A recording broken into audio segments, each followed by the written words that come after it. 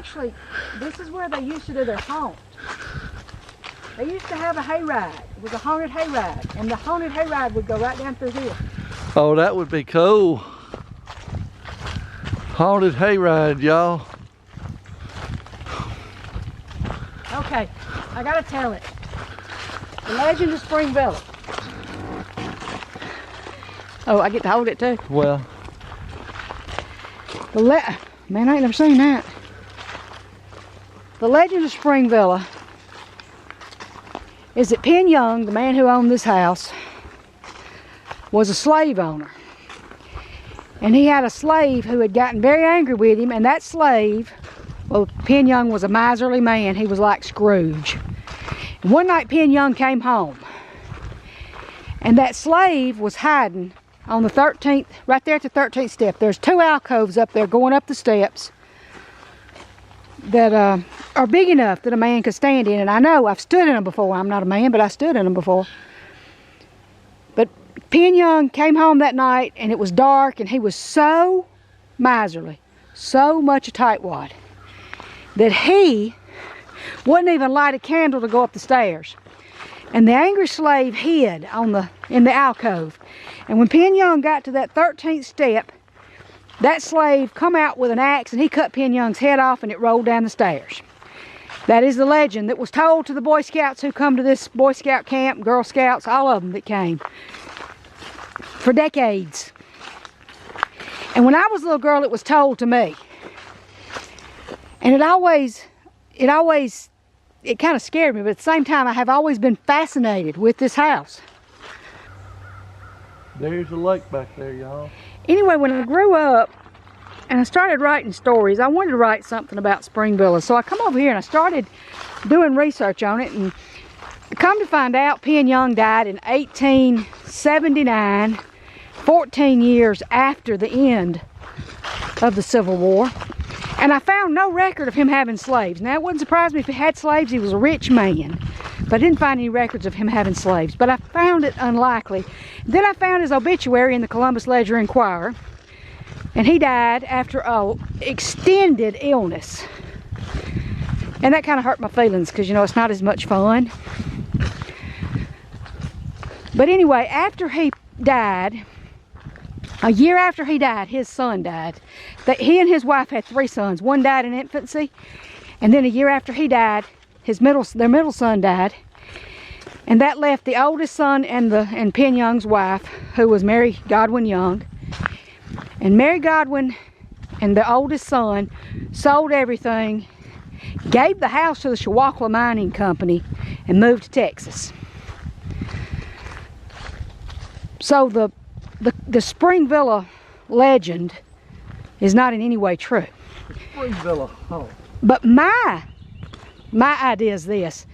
Okay, this piece of property has only been owned by 2 individuals. They were John Godwin, who bought the property after the Creek Indians who lived in this area were put on the Trail of Tears and sent away. He bought the property here. Then he gave it to his daughter Mary and her husband Penn Young. Penn Young went out to California during the 1849 gold rush, and he learned all about mining, but he didn't strike it rich as far as gold goes. He just learned all about mining, and he came home right here to this piece of property, and he started the Shawakla Mining Company. And that's where he made all his money, was the Shawakla Mining Company, and he became a very rich man. And he hosted huge parties out here. And the house was built by Horace King, who is the great bridge builder, who actually was a slave who belonged to John Godwin, and John Godwin freed him, and after he freed him, Horace King built this house for, I see, I know. I always loved these boards right here. This is our bridge. It's a coal bridge. Horace King built the house for Penn Young and his wife, Mary Godwin Young. And they lived here happily, I'm assuming. But anyway, Creek Indians. Got to get to the Creek Indians. So we got to go back further than 1850 when Penn Young got this piece of property.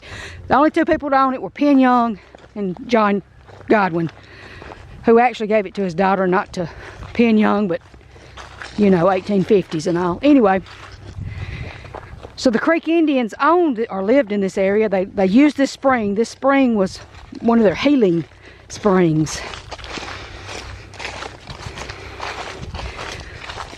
And they were forced out in 1814 at Horseshoe Bend when Andrew Jackson came down here and wiped out the Creek Nation. And then this piece of property was sold to John Godwin. The only two private owners, John Godwin and the Youngs.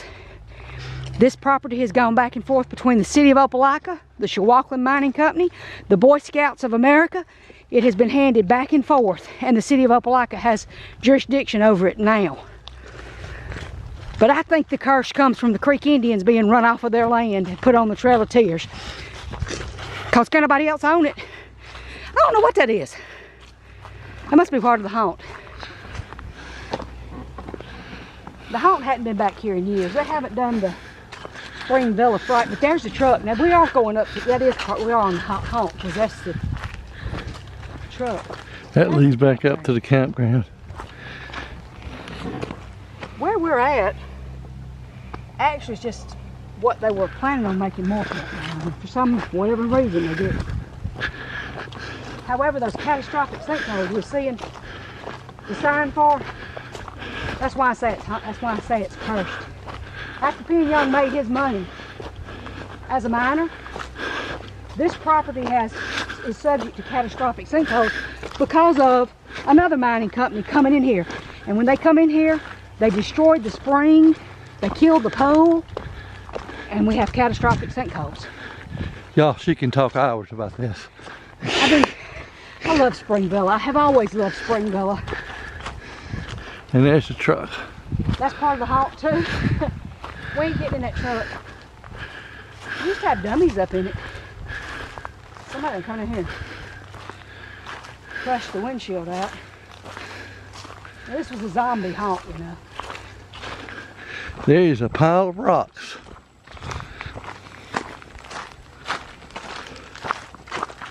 Well, there's supposed to be Indian mounds around here somewhere. That's another reason for the curse of the Creek Indians. These Indian mounds have not been respected.